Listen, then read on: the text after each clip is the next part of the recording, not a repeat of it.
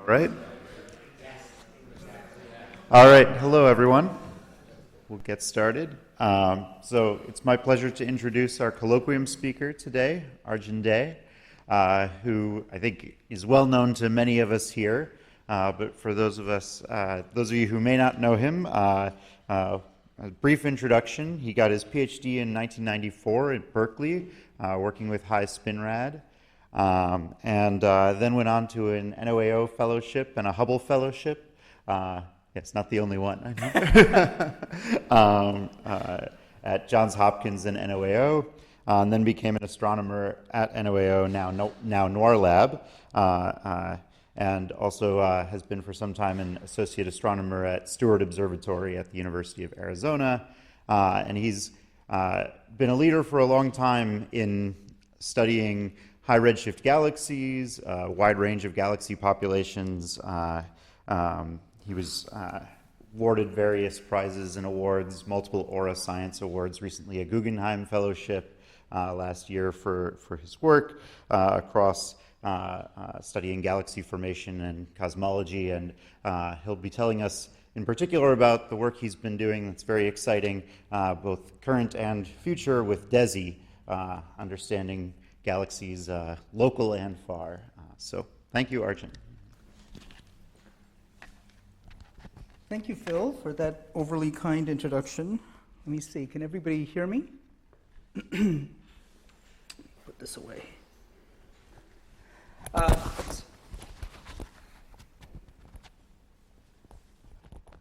Okay, you can all still hear me?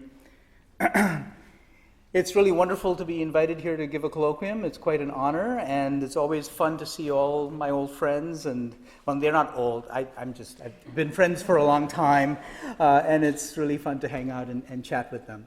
So I'd like to briefly discuss sort of three topics today. First, I'm going to try and give you a brief overview of the DESI project, what it is, and where we are currently. I'll talk a little bit about observations that have really nothing to do with DESI, but were taken with DESI, which has to do with the Andromeda Galaxy. I was on sabbatical last year, and I thought I would change fields and work on proper motions, but then I got totally distracted because we managed to convince the particle physicists that we could observe Andromeda, and that turned out to be really fun. And then I'll talk a little bit about what we might do with DESI in the future, and that involves talking about Lyman alpha emitters. So hopefully I'll get to that at the very end. So the picture you see here is, of course, Kitt National Observatory. It's on the lands of the Tohono O'odham Nation. It's the mountaintop they call Yolkam Duag. And the 4-meter telescope, for those of you who have not been there, I know all observing is done remotely, so now I have to show people what telescopes look like, is the building with the silver dome on the far right, and that hosts the Dark Energy Spectroscopic Instrument. And it's a 3-degree field of view multi-object spectrograph. It has 5,000 fibers, and it's what if Sri were here, he would refer to it as a spectroscopic utility. So in other words, it's not just a facility where you go there and you observe, etc. You click a switch, and at the end of the night, you have 100,000 redshifts reduced and in a catalog for you to look at. So the telescope actually was built in the 70s. It had first light in February of 1972. So we're coming up on a 50th anniversary of its operation over time. Next year. And it's kind of amazing that we've been able to transform this telescope into really a powerhouse for astronomy, and yet again. So here are my main takeaways. DESI is a precision cosmology experiment. So it's really going to make sub-percent measurements of the universal expansion, the distance scale over a large range of redshift, primarily to understand the growth of dark energy in the universe. It's operating very well, and after 300 nights on our main survey, this is the biggest spectroscopic survey ever undertaken. We've surpassed all redshifts in terms of just volume done by all previous surveys that have come before. We have more than 15 million galaxy redshifts and more than 4.7 million stellar spectra. So it's really like being at the end of a fire hose. Fire hose is not even the right analogy. I don't know what it is. And it demonstrates the power of a really well-instrumented 4-meter telescope. DESI is already having a broad impact, I think, on astrophysics, and hopefully it'll have an even broader impact once we actually release the data, because people will do interesting things with it.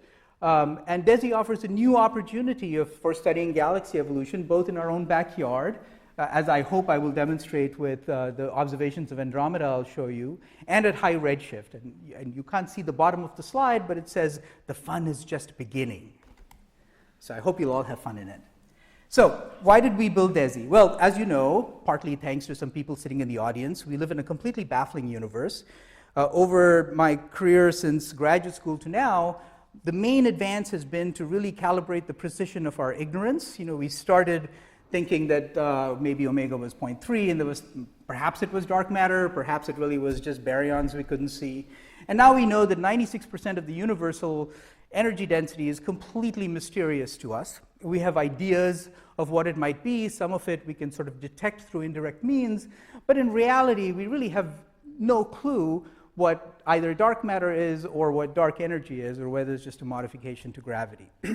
And DESI was constructed partly to really see if we could understand how this mysterious component grew in power, if you will, since about 8 billion years ago to the present epoch. So of course, when you don't understand most of the universe, and it has even more sort of dynamics that defy belief, this is sort of a common problem in astronomy, and we've had this ever since we started looking at the sky. It's still a field that is completely driven by discovery and exploration. And when these things happen that we totally don't understand, it reminds us why we do what we do, right? Every time we go to a telescope and look at the sky, we learn something new. And sometimes we forget that when we get into the little minutiae of the things we tell the funding agencies as to why we do what we do.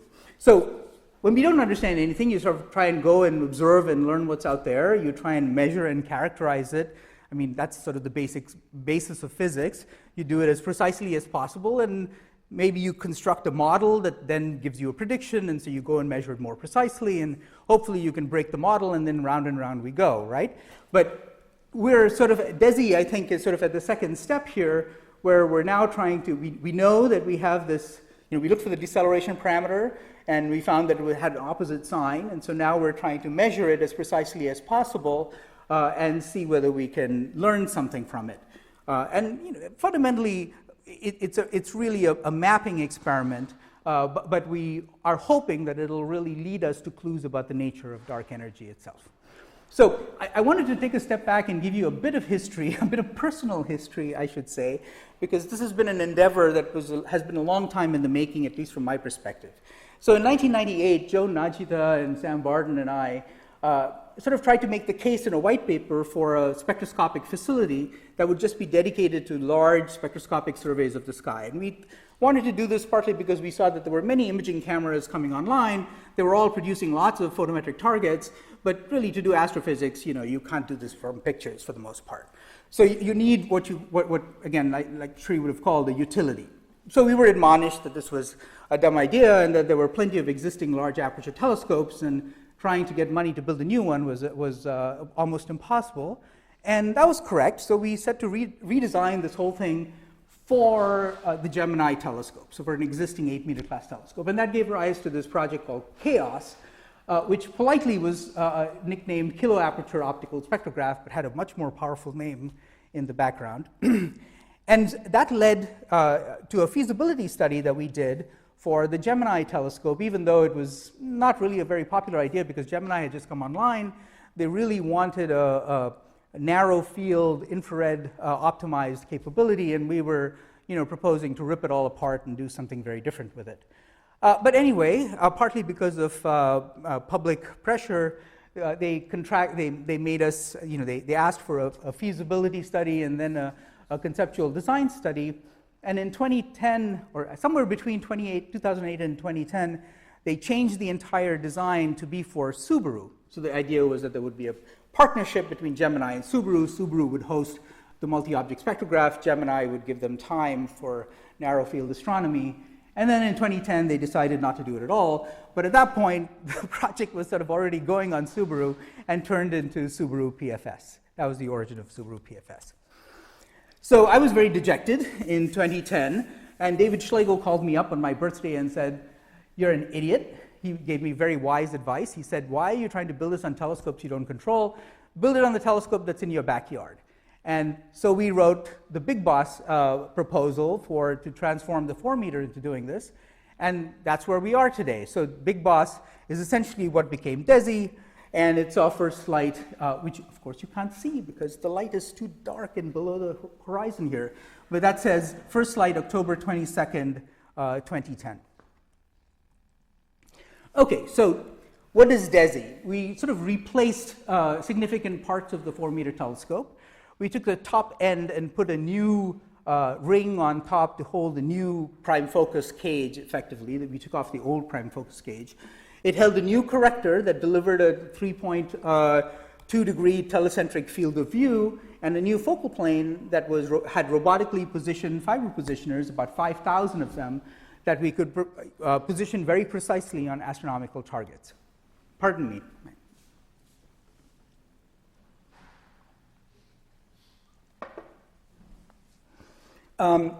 So from the top, this is where the fiber positioners sit back here. There's a bunch of electronics. Fiber cables run all the way down about 60 meters, that should really be 60 meters, into what was the old Coudet room at the 4-meter. And we built a thermal enclosure within which we put 10 3-arm spectrographs. So those provide essentially flat throughput from about 3,600 angstroms to 9,800 angstroms. Actually, it falls off below 3,800, so it's more or less flat from 4,000 to 9,800 angstroms across the optical electromagnetic spectrum. And the resolution varies from about 2,000 in the blue to about 5,000 in the red. So DESI works incredibly well, partly because the throughput is very high. There are no fiber connectors from all the way from the top down here. It's a single fiber cable that runs all the way down. And we have a dead time between exposures of less than 2 minutes. So we take an exposure, close the shutter, we move the telescope to our new position, we reposition 5,000 fibers, we image them to make sure they are all in the right places. Well, they're not, so we tweak them a little, and then we open the shutter to begin our next exposure. That whole process takes less than 2 minutes. So as a result, every night we get nearly 100,000 redshifts, and on good nights we get 120,000 redshifts, depending on how fast we're running. And so the data are all transferred automatically to Lawrence Berkeley National Labs. They're all reduced there through a pipeline. And our goal was redshifts by coffee. So we're not quite at redshifts by coffee, but we're sort of at redshifts by, if you drink your coffee after you have breakfast, then yeah, we have redshifts by that. So it's working remarkably well. In fact, it's working so well, we're almost a year ahead of schedule. Okay, so DESI's 5-year mission, as I said, was to measure the expansion history of the universe over the last 8 to 10 billion years and map the changing cosmic web defined by galaxies. So this is just code words for measuring the redshift space distortions and the clustering of galaxies over a large range in redshift. And the goals are to hit 30 million galaxies, get about 10 million stars, cover about a third of the sky. But you should really think of this according to this phrase that you can't see, which says it's the biggest cosmic cartographic experiment ever undertaken. And hopefully it won't be the last, because we're only doing a third of the sky. But this is sort of the era, in some sense, with ZTF and this and LSST and so on, of this industrial scale data production that in many ways democratizes access to astronomy on a large scale. So I'm not going to give you all the details here. I'm going to skip over this, but I can come back to this if anybody's really interested, because this is just a bunch of numbers. It tells you that we're getting to sub% precision on the cosmic distance scale at various redshift bins. We're going to test gravity by measuring essentially sigma 8 to a few percent, and we'll measure inflation, or test inflation, by measuring the running spectral index to about 0.4%. And then finally, because we're measuring the clustering of galaxies, that tells us something about the mix of hot and cold components of the universe, and so we'll be able to place a constraint on the total sum of the various neutrino masses. So this is a more pictorial way of showing that. Here's our current data. It's actually a little disingenuous because there are a few more points here now. But this shows essentially the Hubble constant as a function of redshift. And what DESI will do is have enough galaxies and in a BAO measurement where we'll be able to fill in many, many, many little bins of redshift and really determine this curve to a high degree of precision. This plot on the right shows, again, redshift on the x-axis here and the BAO distance scale error, so baryon acoustic oscillation distance scale error. And there are many projects that are coming online that will do almost as well. Like the black line here, by the way, is DESI. This little piece for the low redshift galaxies and this little piece for the higher redshift component. And Euclid, for instance, will compete, but frankly, we'll get there first, and we're very good, and we're very cheap in comparison to Euclid anyway. So it's great. It's nice to have all these cross checks and so on. We want that in astronomy because we want to do this, get this problem done correctly. But this is certainly a very cost-effective way of approaching this problem. So the DESI legacy surveys, so the DESI survey, of course, required us being able to target galaxies selected uniformly over a large footprint. And in order to do that, we needed an imaging survey that would provide those targets. And there wasn't really one in existence, and so we decided to do our own. And so we carried out the DESI legacy imaging surveys. Well, didn't have the DESI title at the point because we made a conscious decision to keep it outside the DESI project to make the politics very straightforward and allow us to run it in a completely public way. So we imaged about using telescopes both at Kitt Peak for this top part and CTIO for this bottom part. We carried out a 3-band survey, G, R, and Z, down to about 24.5 magnitude in G, across 9,000 square degrees. There were other people using the same image, the same camera to also do their own survey, and so we stole all of their data. Well, it was all public, so we borrowed it kindly. And we also incorporated other public data that was available so that we could create as uniform coverage as we could get down to sort of uniform depth. And we did this in a completely public way. So we were essentially releasing data right away. We made catalogs as soon as we could in a forward modeling approach, which I'm happy to talk about in the questions. And so we essentially made a model of the sky for which we had photometry of everything that we could see. So we released all of that, and we chose all our targets. And please go to legacysurvey.org and play around. It has a viewer, which is just wonderful to play around with. And we're about to release DR10, which completes this footprint down here and also fills in gaps down here. Those were of less interest to DESI because they were below where we could see. But this is the footprint that we currently have with DR10. It adds another band. It adds I band to the mix. And it also fills in these areas. I'm sorry, I flipped the north and south galactic caps for you here. The reason this is interesting is that it already covers the entire LSST extragalactic footprint. So if you've been waiting for LSST to come online and you've been wringing your hands and stomping your feet and drowning your sores in beer, instead you could just go use this data and try out your LSST science right now. So we did this, of course, to provide targets for DESI. And this is a plot that essentially it's a beautiful plot. I love this image because it shows the power of a uniform imaging survey and what you can do just with the photometric data. So this is showing the density of all our bright galaxy targets down to about 19.5 magnitude. That's part of a bright time survey we do with DESI. And you can see here the entire cosmic web laid out in sort of its glory without any division between the north and south and all our multiple telescopes and so on. So it's really spectacular that you can almost do the power spectrum by eye and see all the BAO circles, etc. The median depth here is about Z of about 0.2 or so, I guess. So we started the spectroscopic survey on May 14th of last year, after interruptions due to COVID and fixing some electronics and so on and so forth. And then, of course, we had to again stop during this past summer because of the Contreras fire, which almost burnt Kitt Peak to the ground. We were so fortunate, and I mean, it took so much work from firefighters and so on to prevent that from happening. And we're back online now, but we're a little bit in the dark ages. So we used to have redshifts by breakfast, I told you.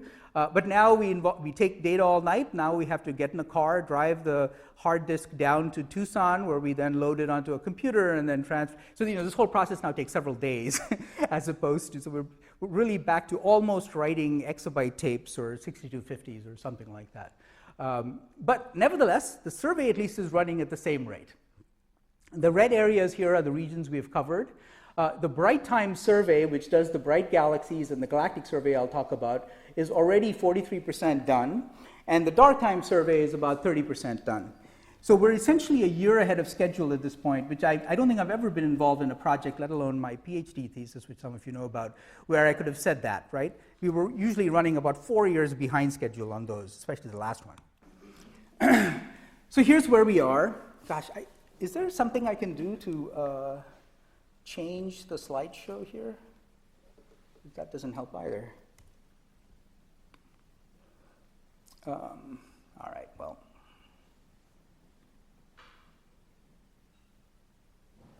Oh, well. So this is the redshift histogram. And even though it looks like we don't have any QSOs, we actually do. So sorry, George. But there's a tail that goes out to about CF5 here. Sorry, did you want to try something that may make this better? Sorry.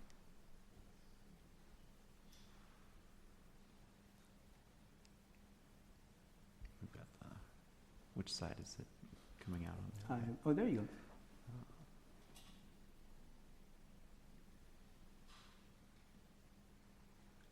Just trying to reset it and see if that works, but it looks like it's still going to clip it by the same amount.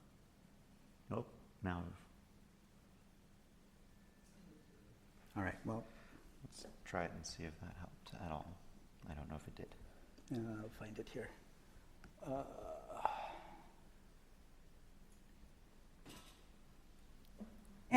All right, well, you'll just have to believe me or come look at my laptop later.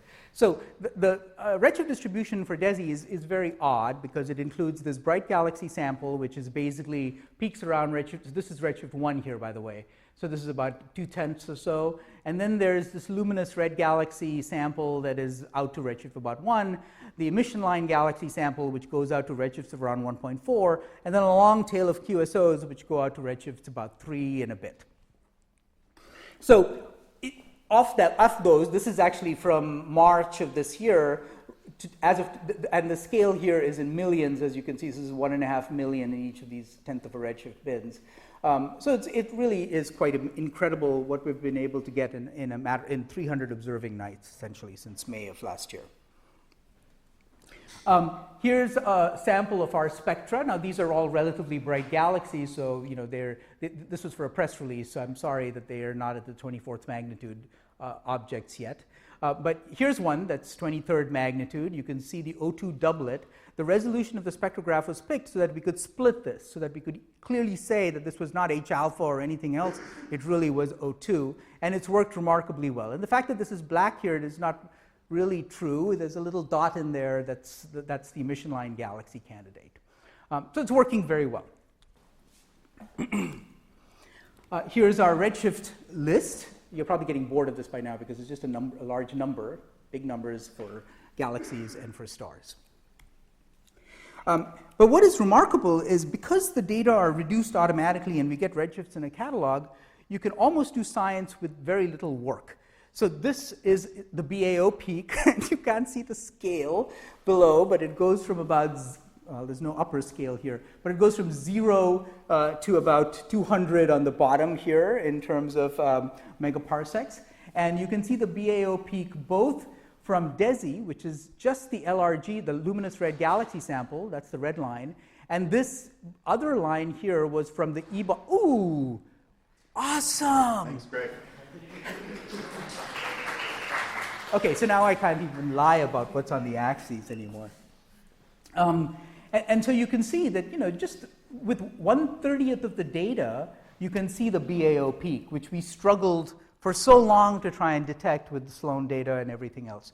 So it really is, I have no question that we'll reach those kinds of levels of precision that we were seeing in the distance scale diagrams. What we learn from that is a different question, but we'll get the measurement. So anyway, and this is our mascot that was chosen by children from the Tohono O'odham Nation school system, Bao Ban, who's a coyote. So he's very happy, as you can see, that we detected BAO peak. So beyond cosmology, DESI is really a boon for astrophysics. The imaging survey is done, and all the data are public, and we're going to continue releasing other people's data as long as we can. So as it becomes public, we'll have a new release. We're trying to add things like proper motions and so on to make the data more useful to everybody, and we do hope you'll all use it. The cosmology survey is taking redshifts of galaxies. Well, those are interesting other than being points in somebody's catalog, as Ed Bertschinger once said. So it's important for studies of galaxy formation and evolution. We have lines of sight to millions of QSOs. So we have about 300 QSO targets per square degree, and we have spectra of almost all of them. And then we have deeper spectra of the ones that are at redshift 3, which we can use for the Lyman alpha BAO part of the project. And then there's a Milky Way survey, and then there's lots of little special projects that are going on. But I'd like to tell you a little bit about the Milky Way survey. So the Milky Way survey is, the poppers at the bottom with the begging bowl, right? So all fibers that are not assigned to galaxy targets end up getting a Milky Way star. And so we designed this Milky Way survey to essentially do all Gaia stars, or some fraction of Gaia stars, down to 19th magnitude. So that we could get full 3D space motion. So Gaia proper motions and Milky Way and DESI radial velocities. And that allows you to get to almost 10 million stars. So even though it's the lowest priority part of the project, only happens in bright time, etc., it totally cleans up on our ability to do galactic astrophysics. This plot on the right shows our selection criteria. So here's the G-R color, and we made some cuts in proper motion. So on the blue side, we were trying to target mainly the halos. So on the blue side, we had no proper motion cuts, just a magnitude limit. And then on the red side, we didn't want to be overwhelmed by all those pesky M stars in the local neighborhood that we're also familiar with from trying to get spectra of high-redshift galaxies. So that was the motivation there. The radial velocity precision is very good. This line here, this arrow, it's actually the squiggly line, but I drew the arrow to help your eye, is for an accuracy of about 1 kilometer per second, and we get that in an effective exposure time of about 3 minutes as a function of color. So obviously the redder stars we do better than the bluer stars because we're doing this in bright time. So this is quite a steep function. But I'll show you how deep we can get on stars in dark time in a minute. Okay, so I'd like to change gears here and talk a little bit about Andromeda. This was just a real lark because I've always wanted to look at Andromeda with one of these big field of view instruments. And we should all want to do that, right? This is our closest large extragalactic neighbor. It's the only one you can see with a pair of binoculars on a good night from downtown LA. Well, maybe not from downtown LA. We really wanted to do this when the instrument came online, especially as a first light target. And so we finally managed to convince DESI to take some data for us on this object. And Joan Najita and Sergei Kopasov and I and a couple of students who were undergraduates at Harvard when we were on sabbatical there put this paper together, essentially. So why Andromeda? For the longest time, we actually used it in our icons trying to sell non-existent projects, right? We would put, our field of view is so huge it can totally encompass Andromeda and the moon, should the moon ever get that far north. But it was more to sort of demonstrate the power of an instrument like this. And on DESI, this is the DESI field of view, and there's the Andromeda Galaxy. So you get most of the central part in a single shot. And the reason you'd want to do this is that, as you all know, galaxy evolution, galaxy formation is a fairly complex process. It begins with all these little fragments of things that you see at high redshift, and I'm sorry I didn't update this to a JWST image. And then almost every galaxy you look at in the present epoch, if you go to the Legacy Survey homepage and just keep reloading it, it'll keep popping up some nearby bright galaxy, and almost everyone looks like that, right? They have these weird tails, and almost nothing looks like a grand design spiral or a perfect elliptical galaxy. They also show shells and features and so on. So it's an ongoing process that continues to the present day. And this is what I meant by, this is literally, I downloaded these images in order, just reloading the viewer from Legacy Survey, and every one of them looks messed up. Nothing looks like the Hubble tuning fork. And Francois Schweitzer had been saying this for years, and we all thought he was crazy. He was absolutely right.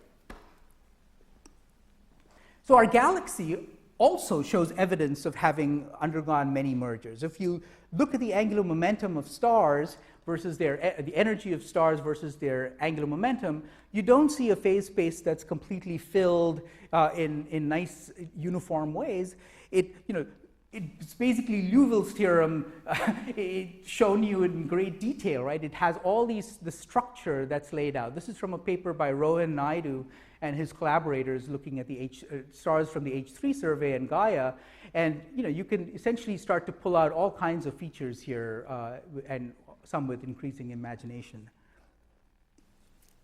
But Andromeda also shows this. If you take an image of Andromeda and just look at the distribution of stars in Andromeda, you see that the distribution is not uniform. Here's the disk. It's actually tilted relative to this ellipse, which encompasses much of the inner part of the structure. There's an inner halo that's very oddly shaped. There's this great thing that sort of extends down here. It's called the giant stellar stream, or the giant southern stream. And then there are shells of stars that you can see in different places. And if you zoom further out, this whole box fits in the red box here. Andromeda has this very distorted crab-like structure. Here's M33 down here. This is all laid out in about 30 degrees by 30 degrees on the sky. And you can see a very complex halo structure, which has probably resulted from multiple mergers, perhaps contributing to the stars in the halo. And it's not just in the outer halo. Even in the disk looks pretty messed up. So Andromeda is supposed to be a nice spiral galaxy. Well, I can sort of see spiral arms here, but most of it is just rings of star formation. This is the beautiful Spitzer image, by the way. And it's quite messed up. The rings are not even concentric. Some of them look tilted relative to the others, etc. The H1 is also messed up. So something happened to Andromeda. And so there's been a long history of literature trying to understand what. Arguments tend to be split as to whether it's a minor merger with something small falling in and causing a big mess, or a major merger, and that's because most large galaxies tend to have at least one major merger during their lifetimes, and Andromeda should be no exception to that. Of course, it's not clear, it's not really easy to distinguish between these, and I'm not going to give you an answer here today, but the kinds of tests that have been identified or that have been suggested are to identify the remnant object. And there's a suggestion that M32, which is a little, it's that thing right there, is the remnant of what fell into Andromeda and messed it all up. You could measure the stellar kinematics in the halo and the disk and model it. Or you could look at the metallicities of the stars. And if it's a big thing that fell in, then it's probably had a longer and more complex star formation history. So you might see a larger range in the metallicity distribution, for instance. So we thought we would do this. A lot of other people thought they should do this long before we ever started to do this. And so if you go and look in SIMBAD, you'll find that there are about 7,000 odd published M31 radial velocities. Almost none of them are from Keck, by the way, because all that data is locked in an archive somewhere. And this is, if you plot the distribution on the sky, then this is what you see, right? So you can see the rotation curve to some extent, and there's lots of stars, but mostly focused on the disk of the galaxy. So we managed to get about 3.75 hours of DESI time. We took 3 pointings with DESI, and that's what we got. So there's one circle here, there's one circle here with a wedge cut out because one of our wedges was not working on the night we took that, and then here's the third circle. And just in the raw data, you can see the rotation curve of the galaxy, and then you can see structures in the stellar velocity distributions. So how did we select targets? Well, we didn't know much better, so we thought we would just do this from scratch. We took a field that was located right on the giant stellar stream, and we asked, how would I maximize the number of stars I would get in the giant stellar stream compared to a stream that's way over here in the middle of nowhere? And that gave us this sort of blue, odd-shaped box when we ran a random forest on it. And then we said, oh, well, it looks like it's not kind of far away from the actual red sequence, the red giant branch that you can see here in the overdensity, and so maybe we should also look at some of those stars. And so we did that. And the reason it has a diagonal cut is because we decided we could go to Z-band magnitudes of 21.5, and that corresponded to this funny shaped line because of the color term. And then we got spectra, and here's what we saw. So the red points here are from an initial first light observation we took when half of our fiber positioners were not working. But these two were taken earlier this year. And you can see the signal to noise that we were getting to. So the velocity uncertainty here is about all below 5 kilometers per second or so for these objects in essentially 90 minutes of exposure time. So here are the 3 fields that we did. And here's a distribution of a Hess diagram for M31. And here's, again, that same picture that shows you the rotation curve. And now you can see these structures much more clearly without a black background. You can see a gradient here in the stream of stars that make up the giant stellar stream. And so if you now try and do this very simple thing of dividing this up into different sectors and asking what do the velocity position diagrams look like in these different sectors, then you end up with something like this. So just in this segment, which includes the giant stellar stream, zone 2, you can see these beautiful kinematic features, multiple ones that the stars all sort of fall into. It's really kind of amazing. And over here in zone 3, you see these lovely wedges and chevrons and so on. You just want to spend all your time looking at this object with DESI. And you could draw lines on here with colored markers, and you're probably close to the right answer. Now, you can also do this in our galaxy. This plot on the left here is from a paper by Vasily Belokurov et al., a very nice paper which tried to look at stars that are in the solar neighborhood. And here's the distribution, again, similar kind of plot that shows the radial velocity versus the radius, the galactocentric radius. And you can sort of begin to see wedges here, and you can subtract off a smooth component, and then you begin to see it here. And here's the Andromeda data all put together for comparison. And so we can do almost as well in Andromeda as we can in our own galaxy. So we defined, you can look at the paper for details, but we defined various structures and we tried to use them to measure the mass of the system. But first let's find out what we're actually looking at. So I'm sorry of the speed of this simulation. It was done by Sergei Kopasov, and this is the speed at which his brain works. The top panels here show XY, XZ, and YZ, if you will, distributions on the sky for this interaction. And the bottom panels show what that translates into in a velocity radius diagram. So you can see that it's forming chevrons. It first forms linear features, then they go to these chevrons, and then those march outwards with time, and you begin to fill in more and more of these as the simulation runs on.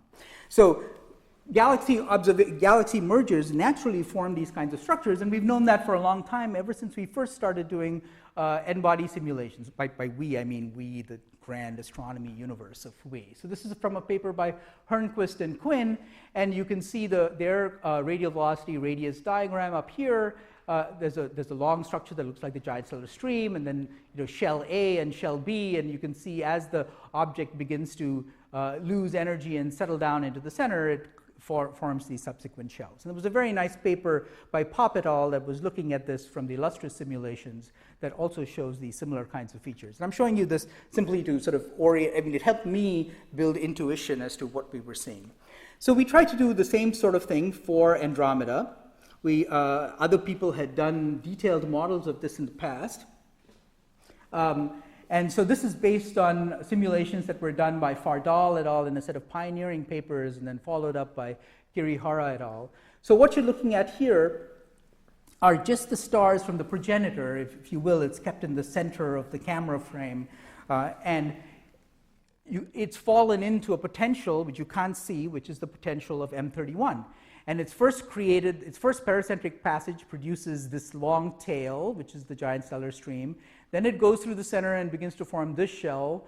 Then those stars fall back and form this shell, and then this shell, and so on.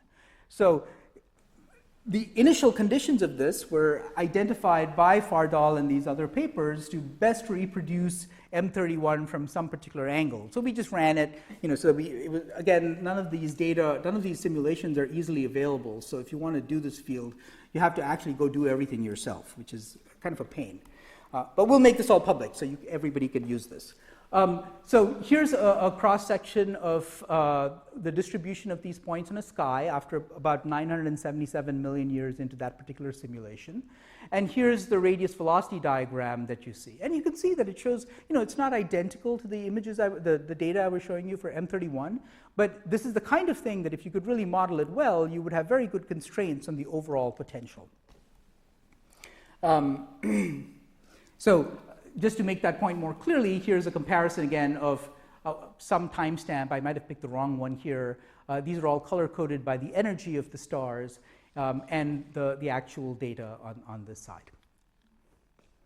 So what is it good for? I mean, it's nice to see these pictures, but it would be nice if you could actually use them to say something useful about M31. Since each of these are essentially balls thrown up in the sky, you could make that very simple assumption and ask, using a circular velocity assumption, what is the mass that you get from each of these shells?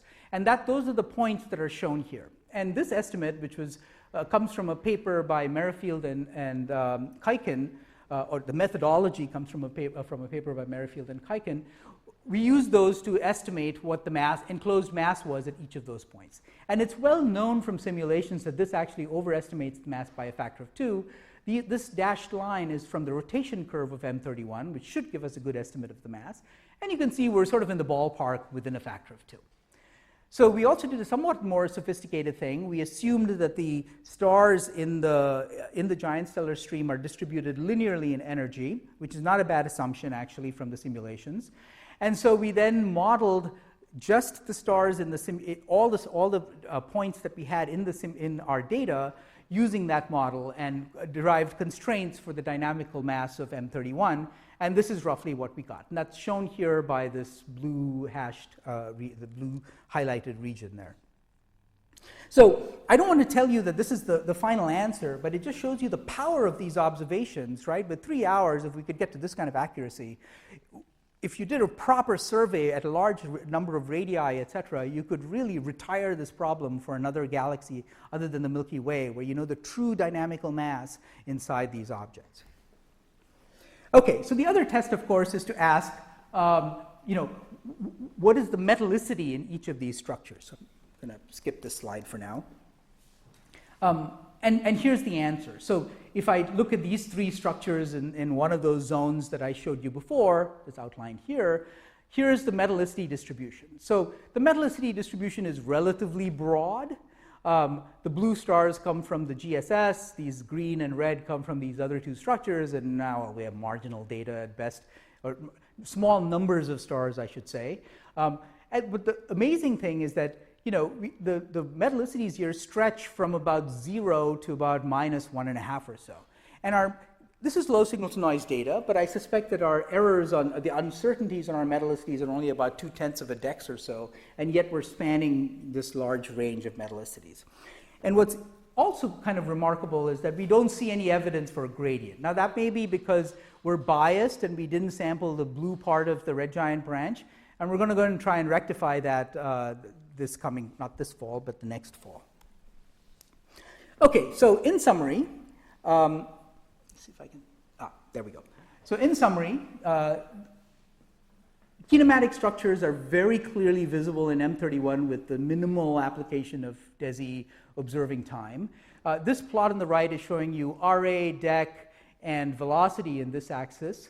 And it just shows you that, the 2D projections I'm showing you are not the entire story. What we really want to be able to do is get distances at some level, even if they're spectroscopic parallaxes or whatever, to some of these stars, even with large errors, and you might be able to really provide better, more interesting information on the shapes of these structures. So there's the potential to extract info about M31's recent merger history, the properties of the progenitor, etc., and we're hoping to be able to convince the DESI management that this is worth doing. So if you know any of them, please talk to them. Ultimately, we want to do the entire halo. This here is a map of all of M31 and M33. It's color-coded by the metallicity, and each one of these circles is a DESI field. So, basically in about 25 fields, you could cover every place where you see some decent number of stars, including M33, and it would only take you about 4 clear nights of time to do this. But we don't have time to do this. It would be nice to do. Okay, so what's next for DESI? As I told you, the DESI survey is running about a year ahead of schedule, and so we're trying to think of what the next sort of cosmological frontier is likely to be. And it seems to be that trying to put constraints on inflation is what interests people a lot. The best way to do that is to go to an age in the universe where a lot of structure hasn't yet begun to form, and that the universe, clustering has not started to go nonlinear in a serious way, and then to look for deviations from Gaussianity. So the main question is, of course, we have a 4-meter class telescope, although I really should be referring to this as the Mayall 10-meter telescope, given the data I just showed you. What probes can we use to really do this properly? And the best probes, in my opinion, are Lyman alpha emitters. And that's because even though they're super faint, they have emission lines that are actually fairly bright. And so if we can identify which targets to go after, then trying to get redshifts for them may not be such a huge ask from a 4-meter class telescope. Lyman alpha emitters are numerous because they're all sub-L star high-redshift galaxies. So basically we can have many, many more candidates if you know how to select them. And they're essentially like the LMC. So they're dwarf galaxies that are at high redshift, and they're undergoing some amount of star formation, not 1,000 solar masses per year or whatever like the brightest LBGs, but a few solar masses per year, enough to produce visible Lyman alpha.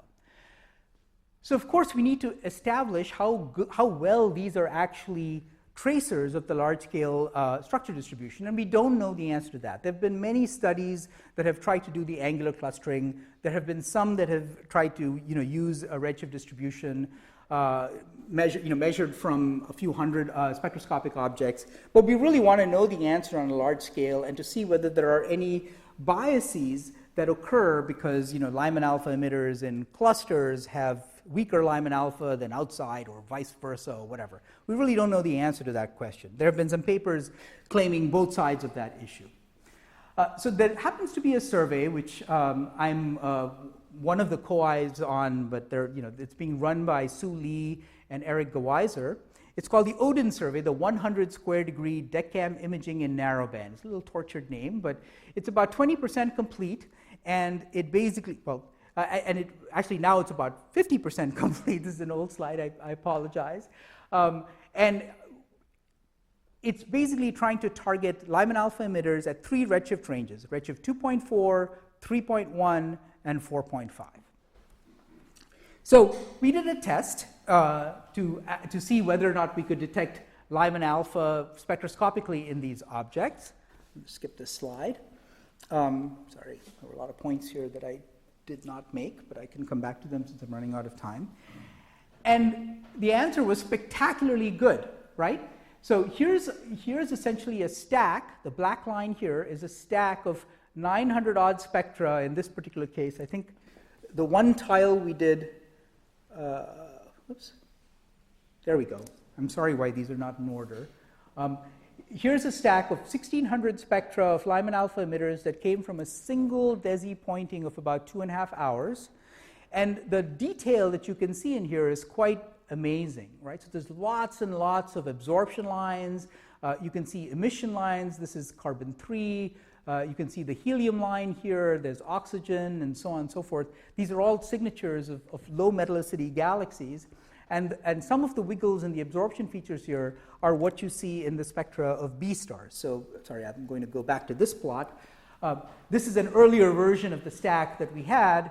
And it's a little hard to see from the distance in the back of this room, I suspect. But a lot of the absorption lines that you see here are essentially the same as the absorption lines in the single B star spectrum that I pulled down from the HST archive. So it's, we're measuring redshifts based on Lyman alpha of things that are about 26th magnitude and then stacking them blindly. And so you would think with all the variations in redshift and the radiative transfer effects of Lyman alpha, we shouldn't see any of this, right? We should have wiped out all of the absorption lines, but we don't. And that's partly because for Lyman alpha emitters, the lines are more symmetric than for LBGs. They're smaller objects. There aren't large velocity shifts between the Lyman alpha peak velocity and the rest frame velocity of the systemic velocities of the galaxies. And it allows you to retain enough information to see these absorption lines in some detail. So it can be done. We're continuing our effort to do more fields in this Odin survey, partly to understand how well we can target them. In addition to targeting Lyman alpha emitters selected from this, we try to select very faint LBGs to see whether we could actually get spectra of Lyman break galaxies that were down at 25th and 26th magnitude.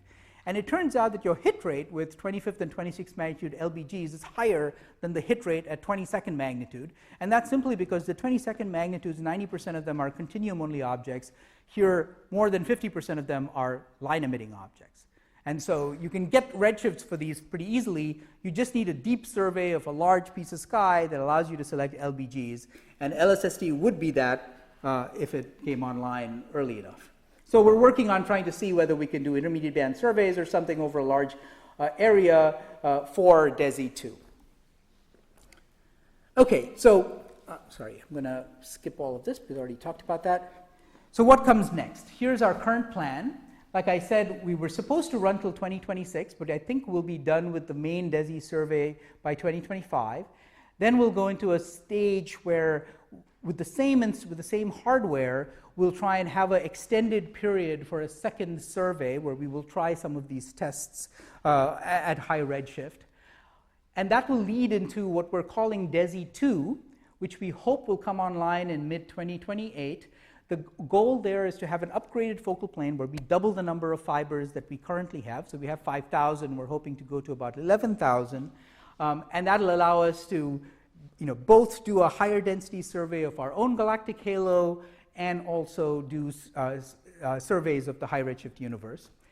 And then in the dream category, we've gone back to this concept of a spectroscopic wide field telescope, which we're now calling MegaMapper. This would be a 6.5 meter telescope with a 3-degree diameter field of view and about 25,000 fiber positioners. And we're trying to understand whether we could do this one of three ways. Can we take our existing 4-meter telescopes, gently take the existing Mayall telescope out of that dome and place a 6.5 meter in there because the dome is large enough to host a 6.5 meter with a 3-degree field of view, or whether it's cheaper and less risky to just build a standalone facility.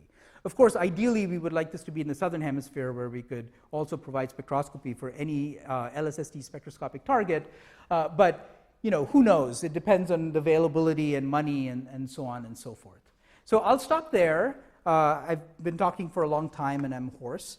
And I'll be happy to take questions. And thank you for this opportunity to talk to you all about DESI.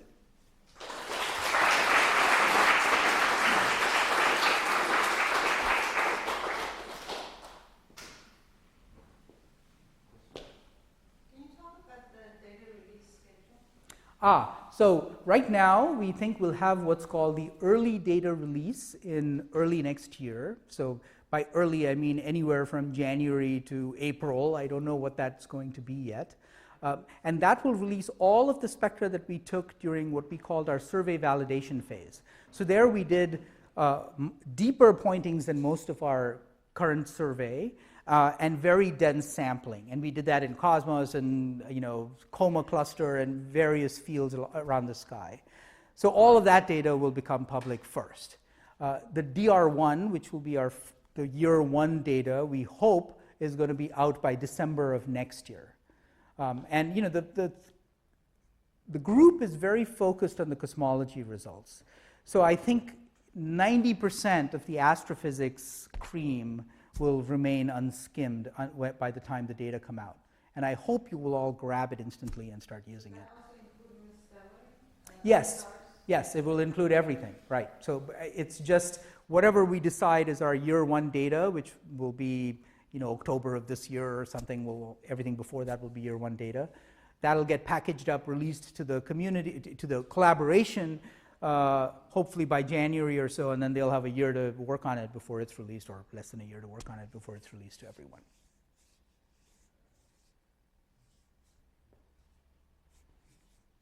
So with respect to the Andromeda stuff that you're doing, Mm-hmm. there's a project called Amiga that identified a bunch of background quasars behind Andromeda. Yeah. And did UV absorption line spectroscopy to identify the gas phase characteristics along these through the circumgalactic medium around Andromeda. Has there been any effort to correlate the stellar properties of the galactic halo around Andromeda with the gas phase properties? Yeah, no, that's a great question. So I have not done that myself, but what we did do is we created a target list for background quasars as well. And they were selected in the simplest possible way. We just took Gaia stars and Ys and said whatever has any Gaia star that has a Ys counterpart is a quasar. And we got a 95% hit rate of quasar redshift. So we have there are about, I can't remember the exact number, maybe it's 150 or whatever new quasars that are in the same paper in an appendix with the coordinates and all of that. The one thing I've been meaning to do, and I haven't yet, is to see whether I can stack the quasars that are just behind, say, the southern stellar stream versus the ones that are elsewhere in the halo, to see whether there's any diffuse gas that's associated with it. Of course, it's very hard to do this in the optical, right? You only have things like the sodium lines and so on. It's not really ideal. If all of that's probably completely ionized, then you're not going to see a signal. But you don't know until you look, so at least I don't know any better, so I'll look. But I haven't done that yet. Yes? In addition to, this is a curiosity question, for either DESI-1B, DESI-2, or the Mega Mapper project that you mentioned, are there plans to use it as a classification machine for transients discovered by SST, other than just go after galaxies? That would be great, yeah. I mean, I don't think we've thought that far ahead in terms of the science case. All this thought that's gone into the science case is really to see what kind of cosmology constraints can come out, and then the reason that's been done is because we've been thinking of the primary audience as the Department of Energy, which funded DESI. But I do strongly believe that the astrophysics reasons to do these kinds of projects are amazing, right? And so if NSF or any other funding agency was interested in actually coming in to help with those kinds of projects, then those would become a major part of the science focus of these missions, or could become a major part of the science focus of the missions. I mean, if we took DESI as it stands now and dedicated it for 10 years just to stellar spectroscopy, we would do 10% of all the stars covered by Gaia, right? Which would be kind of amazing. I mean, we're seeing 2/3 of the sky in the northern hemisphere. So in terms of trying to constrain dark matter, substructure in our halo, understand these sort of evolutionary questions, that would be very powerful. Bob. You had the good manners not to talk about money. But you did allude to the Department of Energy. So can you say a little bit about what the budget was for constructing the instrument, for running the survey, Yeah. and then what you would need in the optimal world to extract the good juice from it? Okay, that's a good pointed question. So the I used to give money. I know, thank you for doing that. From the DOE, we got the equivalent of about $40 million. There was Heising-Simons and various other foundations you see here that did provide us money to get the project started. So we bought, it was it's much easier to say, oh, we're already building something, look how cool it is, and then the funding agencies got more interested, right? Exactly. And then we had groups buy in from universities and provide in-kind kinds of things. The total budget for the project was about $70 million, and our operating costs, which includes both the scientists at LB, I mean, it's not just the telescope operations, it's also the science operations, is about $9 million a year. Now, I'm not the director of this project, and I just made up all of those numbers. But that's the rough order of magnitude that we're talking about. DESI 2 will take an infusion of capital because we have a positioner design that shrinks the total size of the positioner and allows us to pack them more effectively. And that's how we go from 5,000 to 11,000 fiber positioners. And it will need new spectrographs because we have more fibers coming down with data. So that will take some infusion of cash, and I don't know the exact numbers. The spectrographs cost about $1 million. They did cost about $1 million each, and so I'm guessing they're off that order of magnitude, maybe 30% more now. I don't know what Winlight would charge us. But Winlight that built the spectrographs, has had many bids, has been asked to make many more duplicates for Sloan and so on because they've been so successful at producing high throughput spectrographs. But MegaMapper, I suspect, is in the $100 to $200 million range of a project. We don't have a really good design yet. We have, ZMax and very crude CAD drawings at this point. We're going to try and see if we can get money to do a design study that will actually allow us to distinguish between the various options. Is it feasible and not risky to pull out one of the 4 meters, either Blanco or Mayall, and put this in that dome? Will the building survive us doing that? What if it's a building that was built in the 70s that was filled with asbestos? How long will it take us to clear all that out? So there are those sets of issues. And then there are the bids from places that would build us a standalone facility that we could put at Campanas or at CTIO or someplace like that. And we got at least one bid for a standalone facility, and it made us start looking at more creative options. Carl. On that last point, has there been any thought or talk with the collaborating with the MSE folks? Yeah, well, yes and no. So there have been some discussions.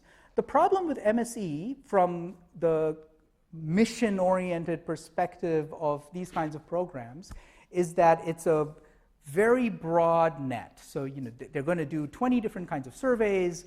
They'll have PI time, etc. And so you'll be constantly switching all these different modes. It makes it very difficult to have a precision calibrated experiment that's going to produce uniform data over a 5 or 10 year period. So, it's the same issue with, for example, things like PFS, frankly, because there are many. PFS is going to be fabulous, right? But there's going to be many projects that are running simultaneously on it, and it's going to, as a result, have fewer galaxies, smaller field of view. There's a trade space there which we didn't want to be in for this kind of a project. So that's my very waffly answer about MSE. I think if MSE couldn't build at Mauna Kea for, I don't know, some mysterious reason, then and they wanted to move to the south and have a slightly different perspective, then of course it would be great to build something like that in the southern hemisphere. All right, well, why don't we thank Arjun one more time? Thank you.